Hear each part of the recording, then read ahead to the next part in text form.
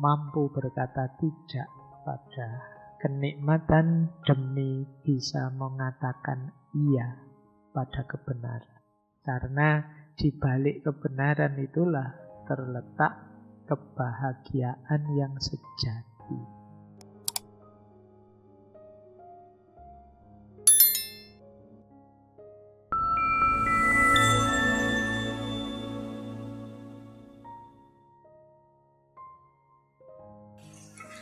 Assalamualaikum warahmatullahi wabarakatuh. Bismillahirrahmanirrahim. Alhamdulillahirabbil alamin. Wa bihi nasta'inu ala umurid dunya waddin. Allahumma sholli wa sallim wa barik ala habibina wa syafi'ina Sayyidina wa maulana Muhammadin wa ala alihi wa ashabihi wa man tabi'ahum bi ihsanin ila yaumiddin. Amma ba'd. Baik, bismillah, mari kita lanjutkan lagi belajar kita, ngaji kita. Nah, gimana caranya kemudian mengalahkan pandangan itu, kata Plato? Nah, ada beberapa metode yang bisa dilakukan. Yang pertama, pembiasaan sejak kecil. Ini penting. Plato menekankan bahwa pendidikan harus dimulai sejak sangat awal, bahkan sebelum anak-anak mampu berpikir. Jiwa anak mungkin belum rasional, tapi mereka punya daya imitasi. Biarkan saja mereka melakukan kebaikan meskipun belum paham. Biar jadi habit, biar jadi kebiasaan. Kata Plato dari Republik itu, kata beliau, permulaan adalah bagian terpenting dari pendidikan. Sebab pada masa itulah jiwa masih lunak dan mudah dibentuk. Dia menerima kesan apapun yang kita tanamkan. Berarti harus dimulai sejak dini. Kalau mulainya seusia kalian, berat. Isinya wis ndak karu-karuan isi kepalamu. Nah, tapi kalau sejak kecil diarahkan, kalian mengalami pembiasaan sudah. Kalau sudah terbiasa nanti jadi karaktermu. Kalau sudah jadi karakter, mengakar dia. Iya, memang masih bisa berubah, tapi mengakar itu berarti mengubahnya sulit.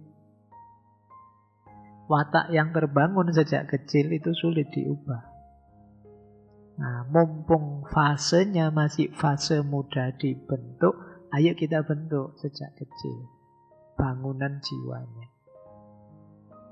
Ya mungkin kalau ada orang-orang yang dewasanya jahat, itu kemungkinan telat membentuknya atau salah membentuknya sejak kecil. Jadi jalan paling ideal pembiasaan. Yang kedua, kata Plato, lingkungan yang sesuai. Plato itu serius ingin kita senantiasa mengawasi apa yang didengar, apa yang dilihat oleh anak-anak. Plato itu terkenal, beliau menolak kalau ada kisah dewa-dewa kok licik, kejam, saling menipu. Apalagi diceritakan, didongengkan. Kenapa? Masuk ke anak-anak. Kalau di Yunani kan ada itu cerita-cerita bagaimana Zeus menipu dewa lain. Itu kan cerita dewa-dewa. Jadi dewa ini menipu dewa itu, nanti ada Kronos yang makan anak-anaknya. Itu kan kalau di Yunani ya. Kalau di kita mungkin banyak juga dongeng-dongeng yang ini hati-hati loh, bisa membentuk jiwa anak-anak kita. Kalau saya membayangkan dulu zaman kita kecil, zaman saya kecil, tidak tahu generasimu ya, ada dongeng kancil nyolong timun. Saya mikir, apa jangan-jangan gara-gara itu ya kita hari ini banyak koruptor-koruptor itu. Dongengannya kok kancil nyolong timun. Kancil itu pinter luar biasa, tapi kadang-kadang licik. Hewan-hewan lain jadi korbannya semua. Itu kalau versinya Plato, enggak deh. Hati-hati ya dengan dongeng-dongeng yang kita berikan pada anak-anak kita. Saya enggak tahu budaya dongeng ini masih ada enggak di kalian ya. Masa kecilmu pernah enggak didongengi oleh bapak ibumu sebelum tidur? Kalau belum, nanti tradisikan mulai di kalian ya. Anak-anakmu sebelum tidur ajak ngobrol. Jangan pegang HP. Dongengi dia. Pak susah pak, ndak hafal dongeng-dongeng, baca. Selain membangun kedekatan emosional juga seperti misinya Plato ini. Kita menciptakan lingkungan, memasukkan hal-hal yang penting untuk dirinya. Jadi jangan dikira lingkungan itu netral. Pengaruh dari arena hidup kita itu besar pada pendidikan jiwa. Kata Plato, anak-anak belum mampu memilah mana simbol, mana kenyataan. Dan pendapat yang mereka serap pada usia itu sulit dihapus. Itu kenapa game-game, kemudian film-film anime dan lain sebagainya diperhatikan ya. Daya serapnya anak-anak kita. Kapan itu dulu, tahun lalu mungkin ya, kita pernah viral itu kan ada, kalau tidak salah anak-anak SMA itu yang naik motor, terus tiba-tiba di pinggir jalan ada nenek-nenek pakai mukena itu, tidak ada angin, tidak ada hujan, tiba-tiba mereka turun, terus nenek-nenek ini dipukuli, ditendang. Itu saya membayangkan, ini anak-anak ini mungkin tidak bisa membedakan mana Mobile Legend, mana dunia nyata. Mungkin kan kalau di gamenya itu kan jalan-jalan di pinggir jalan ada musuhnya dibantai, double kill, triple kill itu. Itu begitu dunia nyata mungkin gambar di pikirannya itu. Mungkin, nyoba siapa tahu triple kill misalnya. Efek. Jangan dikira sederhana. Kalian juga banyak dibentuk kan oleh tontonanmu, oleh mungkin tidak letterlek apa, mungkin gaya ngomongmu, mungkin gestur tubuhmu, bisa saja. Maka kalau di Plato, yuk perhatikan lingkungan yang sesuai. Yang ketiga, teladan. Ini kita tahu sih penting, tapi hari ini mungkin tidak gampang nyari teladan. Teladan yang hidup ya, bukan teladan yang sudah mati. Karena teladan yang hidup itu lebih masuk untuk diimitasi. Teladan yang hidup bisa diimitasi lebih kuat daripada sekedar nasihat. Anak-anak, kata Plato, lebih banyak belajar dari yang dia tiru, tidak hanya dari yang dia dengar. Kata Plato, peniruan yang dilakukan sejak kecil menjadi bagian dari tabiat, meresap ke dalam gerak, suara, cara berpikir. Idola-idola hari ini. Kalian idolamu siapa? Pasti itulah kiblatmu. Yo, versinya beda-beda ya. Idola zaman saya, idola zaman kalian, idola adik-adikmu itu pasti beda-beda. Tapi coba dicek, idola-idola itulah nanti yang kita imitasi. musik zamanmu, musik zaman saya, musik zaman adik-adikmu juga pasti beda. Itu nanti yang masuk mempengaruhi tokoh zaman saya, tokoh zaman kalian, tokoh zaman adik-adik kalian itu juga beda. Itu yang kita imitasi, kita tiru. Maka ketika kita sedang mendidik, ayo dicek ini anak-anak ini kiblatnya kemana, idolanya siapa. Inilah yang nanti akan mereka tiru. Kalau idolanya pas yang tidak cocok, tidak sesuai, negatif, cepat-cepat arahkan untuk nyari kiblat yang lain. Karena biar mereka tidak niru jelek-jeleknya. Ini tidak perlu saya jelaskan panjang, kalian sudah sadar bahwa teladan, lingkungan, dan pembiasaan itu jadi kunci pendidikan jiwa. Diberi materi seperti apapun, tapi kalau lingkungannya tidak mendukung, kebiasaan hidupnya tidak nyambung, kiblat teladannya negatif, hasilnya juga tidak akan bagus. Ini yang harus kita perhatikan untuk pendidikan jiwa. Yuk kita lihat, ini menarik sekarang. Materinya terus apa pendidikan jiwa itu? Dengan metode seperti tadi ya. Apa yang penting yang membuat jiwa kita matang? Kata Plato, materi pendidikan jiwa itu ada 4.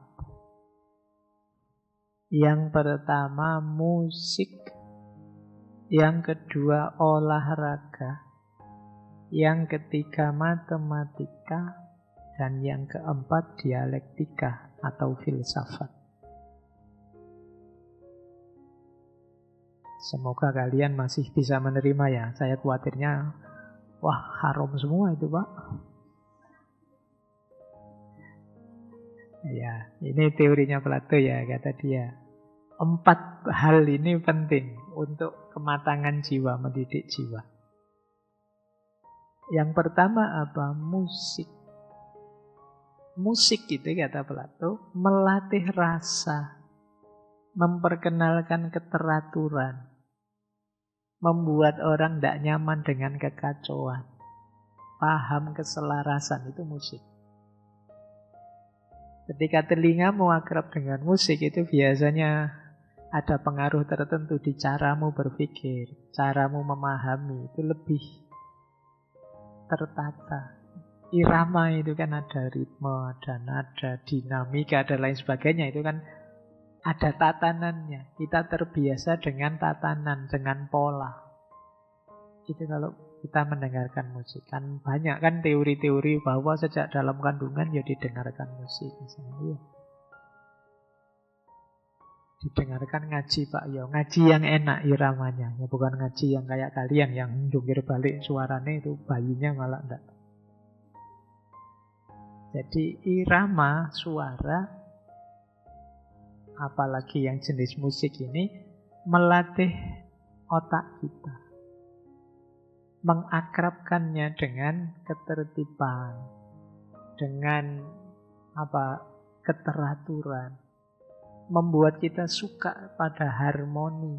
Harmoni itu kan kebaikan tadi, keadilan.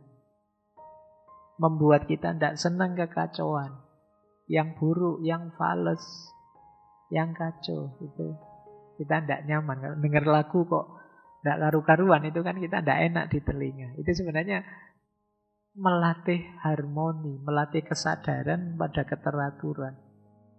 Musik. Ya, seperti saya bilang, mungkin musik kita beda-beda ya. Tapi ya tetap musik ada pengaruhnya untuk mengarahkan, melatih pikiran kita. Saya tidak tahu kalau musikmu hari ini apa saya tidak ngikuti ya perkembangan saya, musiknya jadul, zaman dulu. Tapi ya wis seleramu yang mana saja, di situ pasti ada pelajaran tentang keteraturan, ketertiban, irama, harmoni, dan lain sebagainya. Ini penting, latihan kesadaran harmoni, kesadaran keteraturan, ketidaknyamanan pada kekacauan, keburukan. Yang kedua, latihannya jiwa adalah, ini unik ya, olahraga. Olahraga itu berhubungan dengan keberanian, disiplin, pengendalian diri. Kalian sepak bola misalnya, itu kan di situ ada banyak kualifikasi mental yang penting dalam hidup. Berani, tangguh, disiplin, bisa mengendalikan diri, bisa diatur, dan lain sebagainya. Sering-sering olahraga, manfaatnya banyak, tidak hanya untuk jasmani, ternyata juga untuk rohani. Oke ya. Terus yang ketiga, matematika. Nah, ini banyak yang trauma kalau dengar matematika ini. Jadi kalau di akademinya Plato, itu di depan gerbangnya ada tulisan, dilarang masuk ke sini kecuali yang sudah paham geometri.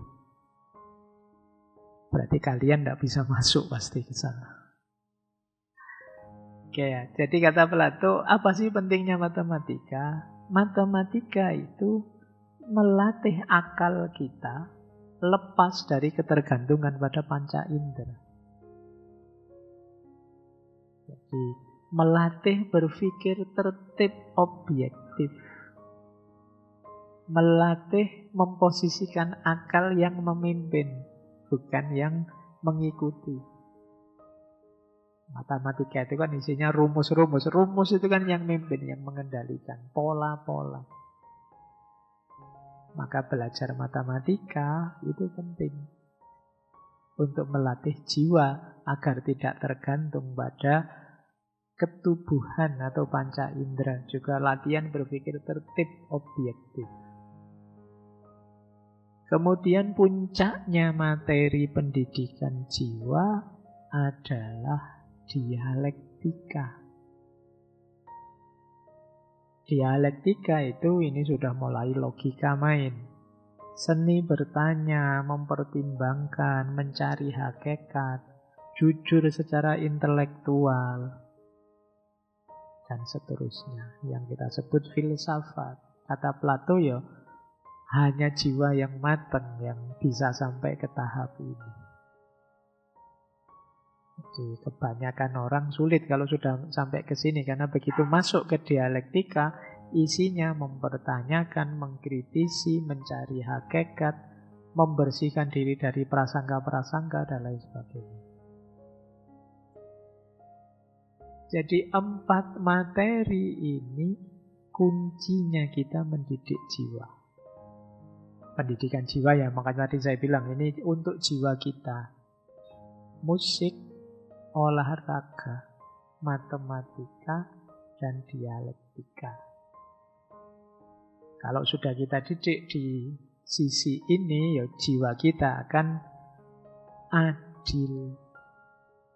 Jiwa adil itulah dilanjutkan oleh Plato yang bisa melahirkan pemimpin ideal.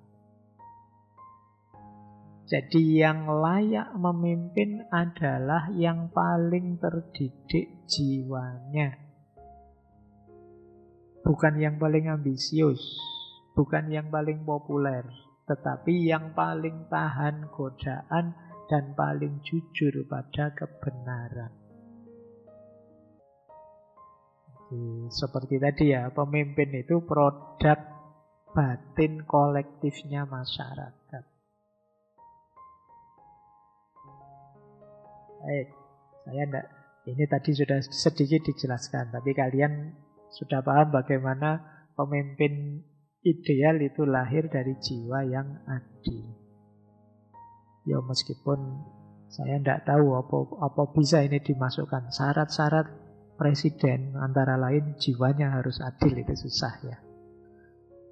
Tapi kalau Plato mengidealkan ini. Dan untuk bisa lahir jiwa selevel ini, tentu saja harus mengalami pendidikan. Ini yang menarik, versinya Plato. Pendidikan untuk calon pemimpin itu prosesnya panjang. Ini gambaran ya kasarnya, kata dia. Kalian cek ya, usiamu berapa. Kemudian kalian sudah ada di level pendidikan yang mana. Di usia-usia awal itu sampai 20 tahun. Fokus pada jiwa yang tertib. Melalui antara lain musik, puisi, sastra. Gunanya apa? Agar jiwa kita cinta keindahan, harmoni. Dan juga tadi olahraga. Agar tubuh kita sehat lah, paling tidak jadi bebannya jiwa. Kalian bisa hidup sehat, kemudian fokus pada harmoni, keindahan, itu usia awal. 0 sampai 20 tahun. Ya ini berarti mahasiswa sampai semester berapa ya, kalau sekarang 20 itu. Ya segitulah usia-usiamu lah, semester-semester tengah itu. Nah, kalian dituntut jiwamu peka terhadap keindahan dan harmoni. Kalau ada sesuatu yang tidak cocok, kalian tidak nyaman. Ini usia 0 sampai 20, termasuk ya kalian bisa ngopeni tubuhmu, antara lain dengan olahraga. Jadi tidak masalah, Pak, saya itu sudah mahasiswa semester 5 kok masih senang baca novel-novel sastra, tidak apa-apa. Kalau di antara buahnya itu kalian punya kepekaan terhadap harmoni, keindahan, kemanusiaan. Nah, kemudian pendidikan tinggi 20 sampai 30 tahun.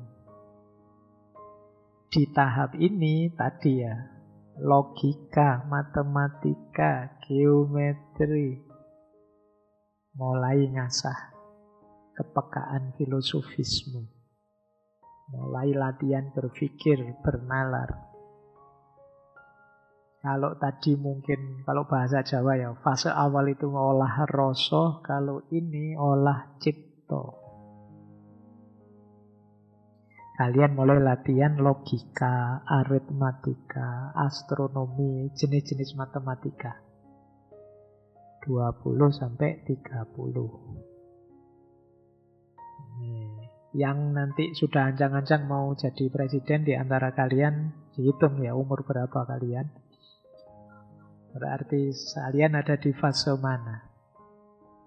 Kemudian fase dialektika 30 sampai 35 tahun. Ini puncaknya intelektual.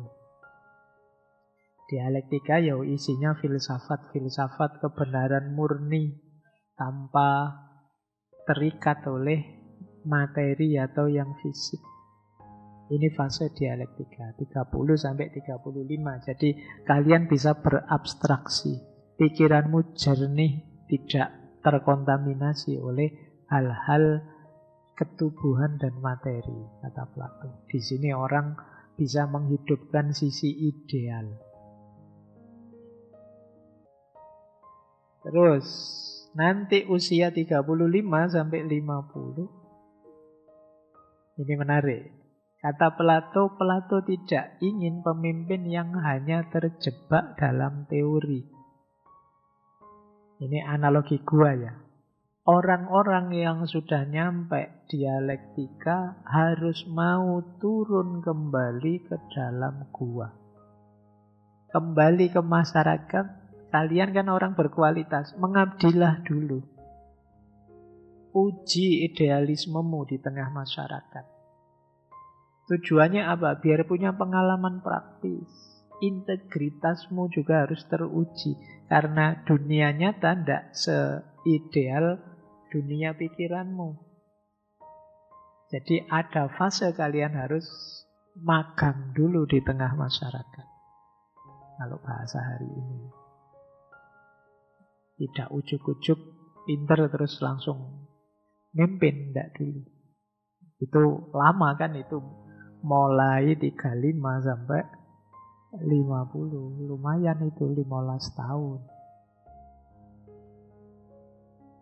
Nah, baru setelah lulus ujian pengalaman 15 tahun, sampai pada puncaknya, orang mulai sadar kebenaran yang sejati. Mulai punya visi tentang yang baik, the good. Dan orang inilah nanti philosopher king. Dia yang sudah stabil, mantep. Dia layak memimpin negara. Bukan karena dia haus kekuasaan, tapi kewajiban bagi dia yang dapat anugerah puncak pengetahuan. Kewajiban moral baginya. Jadi teman-teman, ternyata ya kalau versinya Plato, tidak gampang jadi pimpinan. Prosesnya panjang. Berarti kalian sekarang usia berapa? Nanti usia 50 tahunmu tahun berapa? Semoga usia itu ada pemilu ya. Kalian nyalonlah. Tapi setelah mengalami proses ini ya, belajar. Diawali, kalau bahasa hari ini, otak kananmu harus hidup lewat puisi, sastra, musik, kemudian kecerdasan logis matematismu, kemudian pendalaman filosofis dialektika 5 tahun. Setelah itu ilmumu sudah tinggi, tapi jangan kesusuk, mengabdi dulu di lapangan. Karena lapangan tidak selalu sesederhana teori. Dan ini panjang, 15 tahun. Kira-kira kalau orang sudah mengabdi 15 tahun, itu 3 kali pemilu sudah mateng lah ya. Misalnya jasa ya sudah banyak, misalnya pengalaman sudah menumpuk. Diawali dari ketinggian intelektual seperti sebelumnya, pantas saja orang seperti ini kemudian kita pilih jadi pemimpin. Inilah nanti philosopher king yang sejati. Kalau zaman dulu, zaman monarki, zaman kerajaan-kerajaan, putra mahkota itu dididik sekeras ini. Makanya di antara mudahnya regenerasi pemimpin zaman kerajaan itu karena dasarnya keturunan, jadi dilanjutkan anaknya, berarti besok kan sudah jelas ini yang mimpin. Makanya terus dididik dengan sangat serius. Apa ada magangnya Pak putra mahkota itu? Ada. Nanti ada fase ketika dia harus mendampingi ayahnya dalam jangka waktu tertentu sampai kemudian beneran nanti dinobatkan jadi raja. Nah, kalau di demokrasi kan tidak ada yang seperti itu. Pemimpin itu pokoknya terserah rakyatnya saja, mayoritas yang dipilih siapa. Yang tadi oleh Plato kemudian, kalau begitu dibereskan dulu rakyatnya. Kalau rakyatnya jiwanya tidak adil semua, yang dipilih juga tentu saja yang berjiwa tidak adil. Yang tidak bisa mengendalikan jiwanya, yang mungkin saja akalnya kalah oleh emosinya, oleh nafsunya. Itu yang kemudian membuat kalau pemimpinnya tidak adil, rakyatnya tidak adil, negara ini juga tidak akan adil. Keadilan sosial tidak akan lahir. Nah, ini yang ada di pikirannya Plato. Tentu saja ada banyak hal yang relevan, mungkin ada juga yang sudah tidak relevan lagi. Silahkan teman-teman Coba dianalisis mana yang, ini bagus Pak diambil. Sisi ininya, meskipun bagian ini saya tidak terlalu setuju, boleh saja. Wong filsafat itu kan bukan dogma yang harus kalian telan begitu saja. Tapi yang jelas, kalau saya pahami dari semua konsepnya Plato tadi, Plato ingin agar kita mampu berkata tidak pada kenikmatan demi bisa mengatakan iya pada kebenaran. Bukan berarti kita tidak boleh nikmat, tapi kalau nikmat itu melanggar kebenaran, kita siap untuk menaklukkan nikmat demi meraih kebenaran. Kita siap untuk menidakkan kesenangan hidup, kenikmatan hidup, demi bisa menghidupkan kebenaran. Karena di balik kebenaran itulah terletak kebahagiaan yang sejati, kata Plato. Jadi pada puncaknya ini sih pesan utamanya menurut saya. Detail yang lain-lain mungkin ada yang relevan, ada yang tidak. Tapi menurut saya bagian ini penting. Kenapa saya anggap penting? Ya karena sampai hari ini masih banyak orang yang sulit memprioritas hidupnya, sehingga lebih milih kenikmatan yang sesaat jangka pendek dan mengorbankan kebahagiaan yang durasinya jauh lebih panjang dan efeknya jauh lebih luas. Maka ayo kita sejak sekarang latihan, kalau bahasa Plato tadi ya, menertibkan jiwa kita. Mari kita bisa akal sehat sebagai yang mimpin diri kita, emosi yang mendukungnya, dan nafsu bisa kita kendalikan. Kalau pakai kalimat ringkas di tengah tadi kan bagus. Akal yang memimpin, emosi yang terkendali, kemudian nafsu yang tahu batas. Inilah yang membuat jiwa tertib bisa menemukan kebahagiaan. Baik, saya kira itu ya teman-teman untuk malam hari ini. Ini sesi terakhir pelajaran kita tentang Plato. Untuk selanjutnya, selamat menjalankan ibadah puasa. Silahkan bikin kurikulum sendiri-sendiri untuk Ramadan yang akan datang. Targetlah yang baik-baik apa, biar nanti lulus dari puasa kalian bangga ada sesuatu yang meningkat. Entah itu apa, lumayan 1 bulan. Jadi puasa menurut saya kesempatan untuk kita mengupgrade diri kita di banyak aspeknya, tapi yo jangan terlalu ambisius, ngukur kekuatanmu secara realistis.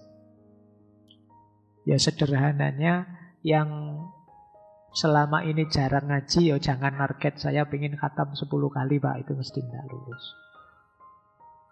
Ukur kekuatanmu, tapi harus lebih meningkat daripada sebelumnya. Jadi biar setiap kali keluar dari Ramadan kalian punya kebanggaan karena ada target yang kamu capai. Semakin banyak kebanggaanmu, semakin kalian cinta pada dirimu, semakin kamu cinta pada dirimu, semakin kamu bisa mengeksplor segala potensi positif yang dikaruniakan oleh Allah pada diri. Baik, saya kira itu. Saya akhiri sekian, kurang lebihnya mohon dimaafkan. Wallahul muwaffiq, wallahu a'lamu bissawab. Wassalamualaikum warahmatullahi wabarakatuh.